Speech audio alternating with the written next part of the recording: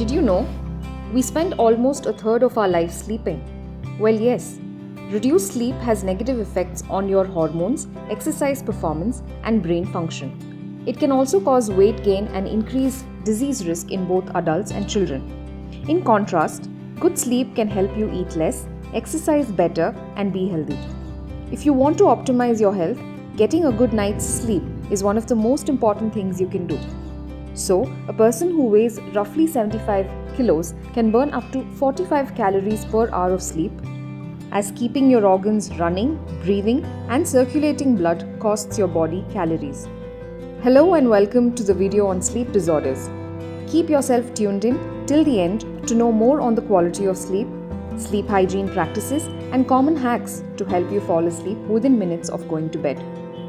Sleep is a natural phenomenon in every living being.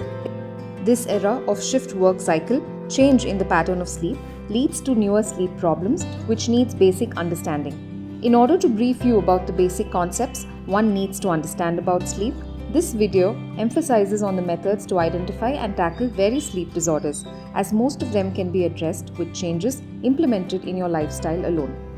Quality of sleep is a subjective entity. Poor quality sleep increases your risk of health problems like hypertension, diabetes, stroke, mood and behavioral changes, and even obesity. A good sleep is defined as a state of reduced perception to environment without physical or emotional stress and freedom from anxiety. The cyclic nature of sleep is thought to be controlled by centers located in the brain, which act as an internal biological clock. But these are controlled from within the body and affected by external factors such as emotions, stress, and environmental factors such as light and darkness. So, what are some of the good effects of sleep? Well, good sleep helps in conservation of body energy, helps us to maintain body temperature, regulation of emotions, likely deprivation causing emotional disorders such as irritability, anxiety, and depression. And it also aids in memory and learning. Sleep disorders are mainly classified into three categories: dysomnia, parasomnia, and disorders due to other medical or psychiatric conditions. Dysomnia is a condition where the sleep itself is pretty normal, but the person sleeps too little, too much, or at the wrong time. In parasomnia, something abnormal occurs during the sleep itself or during the times when the person is falling asleep or waking up. To make it simple, disorders such as sleep talking, sleepwalking, and bedwetting constitutes some of the type of sleep disorders. Disorders due to other medical or psychiatric conditions. In such conditions, usual culprits such as depression, alcoholism, and thyroid dysfunction are some of the examples causing troubled sleep.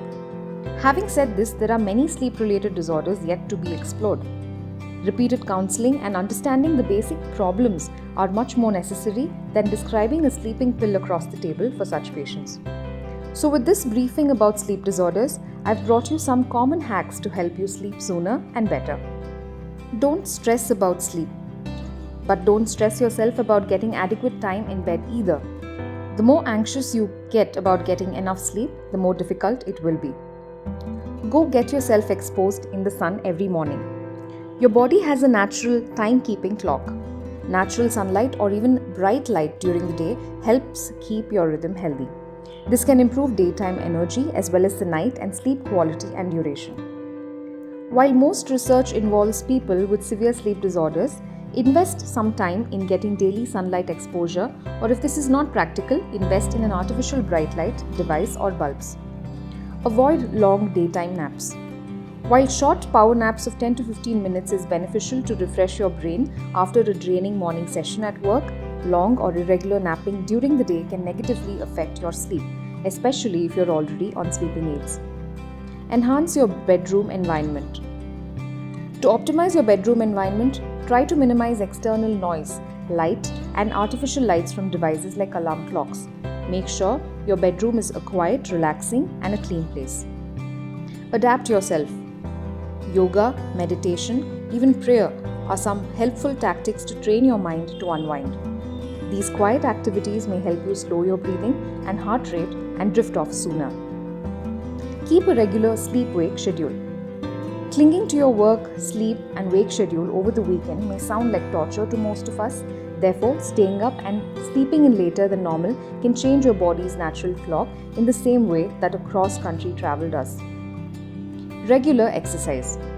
I cannot tell you enough about the importance of this factor alone. The best news is that it doesn't take much. Adding even just a few minutes of physical activity to your day can make a difference in your rest. Other hacks to achieve a consistent sleeping pattern are: resist the urge to snooze. While alcohol really can make it feel easier to fall asleep, you are more likely to wake up frequently in the middle of the night. Cut down on caffeine intake by late evening as it stays longer in your system. Avoid heavy meals post 7 pm. You may also crave for extra carbs and fatty foods, especially in the night, resulting in excessive snacking behavior, which is largely psychological, and such candidates respond poorly to therapy, largely due to denial of their symptoms. Opt for reading a light book before bed. Breathing deeply mimics how your body feels when it's already relaxed. So after inhaling and exhaling for a few rounds, you might find yourself feeling calmer. Nicotine, like caffeine, is a stimulant and consequently could keep you up in the night. You don't really need a reason to kick the habit. It is harmful in all senses. Remember, at any age it is common to experience sleep problems, which resolves on its own and with the above common hacks implemented at home. But if it persists beyond 4 weeks, that is when you need to seek medical help.